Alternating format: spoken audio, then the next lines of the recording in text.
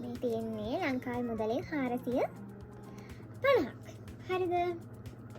එතකොට මේකේ භාගය තියෙනවා. ඉන්න මම ඔයාලට පෙන්නන්න. මෙන්න මේක.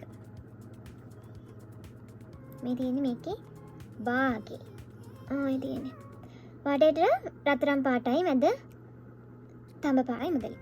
ඒකිනුත් භාගයක් තියෙනවා 725.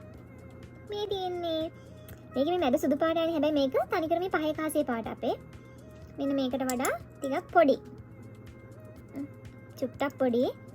හැඩේ චූටි. හැඩේ ලොකු වෙනසකුත් නැහැ. හැඩේ චූටි වෙනසක් තියෙන්නේ.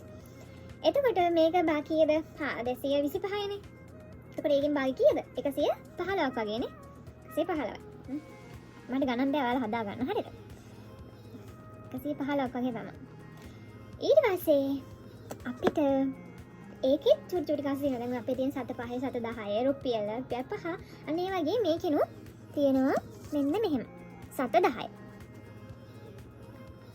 ඒකේ මේ එක පැත්තක මෙන්න මෙහෙම රූපයක් තියෙනවා. අනිත් පැත්තේ මෙන්න මේ විදිහට තමයි තියෙන්නේ. හරිද? ඒ වගේම ඒකිනුත් භාගය තියෙනවා මෙන්න මේ විදිහට. ඒකෙත් රූපයක් තියෙනවා. ඒක ලේසි හොයාගන්න මේ පැත්තේ මේ බිංදුවක් වගේ තියෙනවා. 7 5 හරිද බිංදුවක් තියෙන්නේ. අනික මේ 7 10ට වඩා ඝනකමින් අඩුයි නේ. පේනවද? එතකොට මෙන්න මේ 7 10 කාසි දෙකකුයි 7 5 කාසි එක එකතු වුණා 25නේ. එන්නේ 25 තමයි මේ තියෙන්නේ. හරිද? ඒ 25 දෙකයි මෙන්න මේ භාගයයි මේකට කියනවා මෙයාලා නොස් කියලා.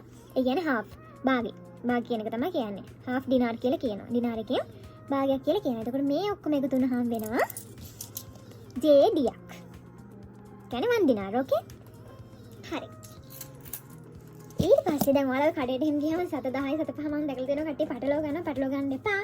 ඒක මම ඔයාලට පින්න විදිහට පොඩ්ඩක් මතක් කරලා බලන්න. දැන් වැඩිපුර දුන්නොත් අපරාධනේ.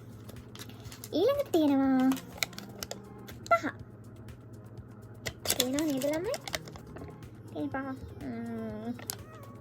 මේ වගේ ඉන්නේ නම් කවුද මේ වගේ තියෙන ඓතිහාසික වටිනාකම් මේව නම් මම දන්නේ. හරිද? මේක නම් මේ රජමාලිගාවද කොහෙද තියෙන්නේ? පෙට්‍රා වෙන්න ඕනේ.